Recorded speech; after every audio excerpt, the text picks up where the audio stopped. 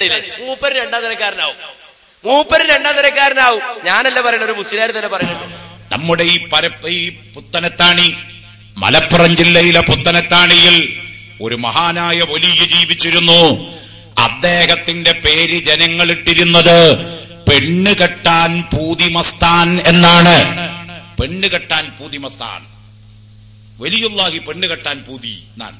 ഇപ്പോൾ അങ്ങനെ തന്നെ അദ്ദേഹത്തിന്റെ മീസാങ്കല്ലിന്റെ മുകളിൽ എഴുതി വെച്ചിരിക്കുന്നത് പെണ്ണ് കെട്ടാൻ പൂതി ഉപ്പാപ്പ, മരണം ജനനം എത്ര എന്നാ.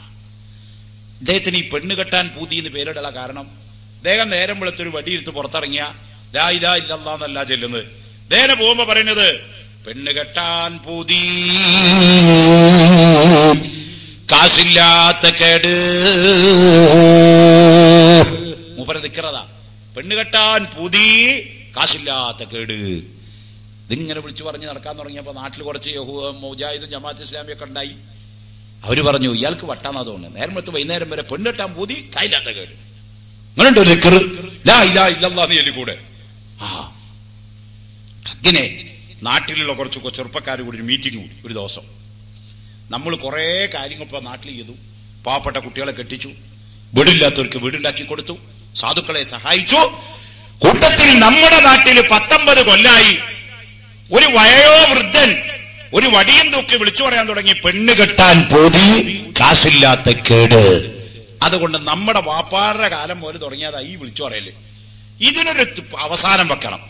അതുകൊണ്ട് ഇയാൾക്കൊരു പെണ്ണ് കെട്ടിക്കണം എന്ന് തീരുമാനിച്ച് നാട്ടിലെ ചെറുപ്പക്കാരൊരു സംഘടന ഉണ്ടാക്കി ഒരു പണപ്പിരിവ് നടത്തി. പെണ്ണിനെ കിട്ടണ്ടേ? അങ്ങനെ നാട്ടിൽ അന്വേഷിച്ച് നടന്നപ്പോ 3 തലാക്കും ചൊല്ലി ഒഴിവാക്കി ഒരു താത്തുണ്ടായിരുന്നു. വയസ്സ് 10-60ആയി, അതിന് ആഖിറത്തിലേക്ക് പോകാനായി. അതുകൊണ്ട് ഇനി വേറൊരു പുതിയ ആപ്പിള വരുമെന്ന് ഉറപ്പില്ല. അതുകൊണ്ട് ഈ ഇത്താത്തയുടെ അടുത്ത് എന്നിട്ട് ചെറുപ്പക്കാര് പറഞ്ഞു, ഇത്താത്ത നിങ്ങൾക്ക് ഞങ്ങളൊരു കല്യാണം ശരിയാക്കുന്നുണ്ട്, നിങ്ങൾക്ക് മരിച്ചു പോകുമ്പോ നല്ല ആളായി മരിക്കണ്ടേ? നമ്മുടെ നാട്ടിൽ വടി പിടിച്ച് നടക്കുന്ന പെണ്ണ് കെട്ടാൻ പൂതി പാപ്പുണ്ടല്ലോ, മൂപ്പരെ കൊണ്ട് നിങ്ങളെ ഒന്ന് നിക്കാഹ് ചെയ്യിപ്പിക്കണം. തന്നെയല്ല, മൂപ്പര് കുറെ കാലമായി നാട്ടിൽ കൂടെ പറഞ്ഞുകൊണ്ട് നടക്കുന്നത് പെണ്ണ് കെട്ടാൻ പൂതി, കാശില്ലാത്ത കേട്. സാധു അദ്ദേഹത്തിന് കാശില്ലാണ്ട ഞങ്ങളൊരു പിരിവൊക്കെ നടത്തി ഒരു 5-8 പവന്റെ ആഭരണങ്ങളൊക്കെ വാങ്ങിച്ച് മഹർ കൊടുക്കാനുള്ള സ്വർണം വാങ്ങിച്ച് നിങ്ങൾക്ക് നിക്കാഹിനുള്ള പണം ഞങ്ങൾ തയ്യാറാക്കിയിട്ടുണ്ട്. അതുകൊണ്ട് നിങ്ങൾ ഭാര്യയാവാൻ തയ്യാറാവണം. വയസ്സാം കാലത്ത് ഇന്നൊരു നല്ല മനുഷ്യന്റെ ഭാര്യയായി മരിക്കാലോ, അങ്ങനെ സ്വർഗത്തിൽ കടക്കാലോ എന്ന് നെയ്യത്തെടുത്ത ആ ഇത്താത്ത വിവാഹത്തിന് സമ്മതിക്കുകയാണ്. ദിവസമൊക്കെ പറഞ്ഞുറപ്പിച്ചു, നിക്കാഹിന്റെ ദിവസമൊക്കെ ഉറപ്പിച്ചു. പെണ്ണ് കെട്ടാൻ പൂതി ഉപ്പാപ്പാനെ തെരഞ്ഞ് ചെറുപ്പക്കാരിങ്ങനെ നടന്നപ്പോ ഒരു പീഡിയത്തിനട മുമ്പത്ത് ഇങ്ങനെ ഇരിക്കുക. പാപ്പാടി എന്നിട്ട് പറഞ്ഞു, പാപ്പ ഞങ്ങളുടെ ജീവിതത്തിൽ ഒരു സന്തോഷമായ ദിവസമാണെന്ന്. എന്തേ? ഞങ്ങളുടെ വാപ്പാരുടെ കാലം മുതല് ഞങ്ങൾ നിങ്ങളെവിടെ കാണുന്നുണ്ട്.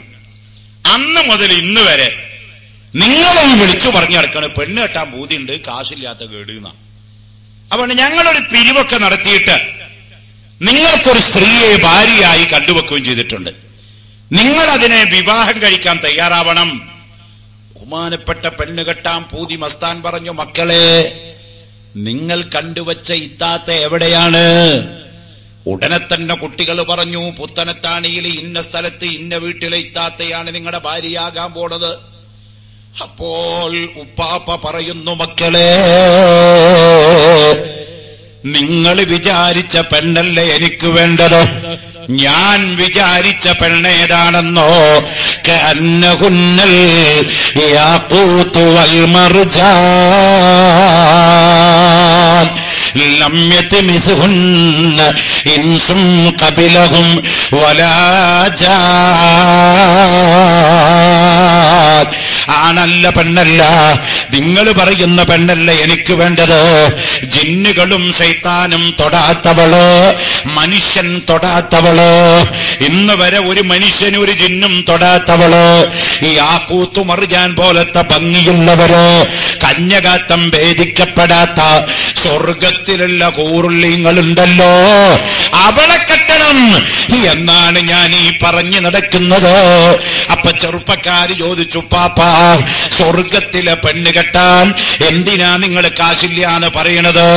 ഉപ്പാപ്പ പറയുന്നു, കുട്ടികളെ, കാശെന്ന് പറഞ്ഞത് കൊണ്ടുള്ള ഉദ്ദേശം നിങ്ങൾ പറഞ്ഞിരിക്കുന്ന ദിനാറല്ല, പൈസയല്ല, ഇബാദത്താകുന്ന പണം എന്റെ കയ്യിലില്ലല്ലോ, അതുകൊണ്ട് സ്വർഗത്തിലെ പെണ്ണ് കിട്ടില്ലല്ലോ.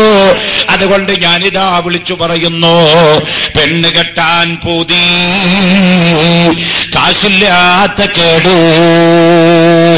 കണ്ടോ എങ്ങനെയുണ്ട്? പെണ്ണ് കെട്ടാൻ പൂതി, കാശില്ലാത്ത കേട്. പൂതിയുണ്ട് അങ്ങനെ വ്യാഖ്യാനിച്ചൊപ്പിച്ച് വരികയാണ്. ഈ രൂപത്തിൽ ഔലിയ എവിടെ ഉണ്ട്? ഉത്തരത്താണ്.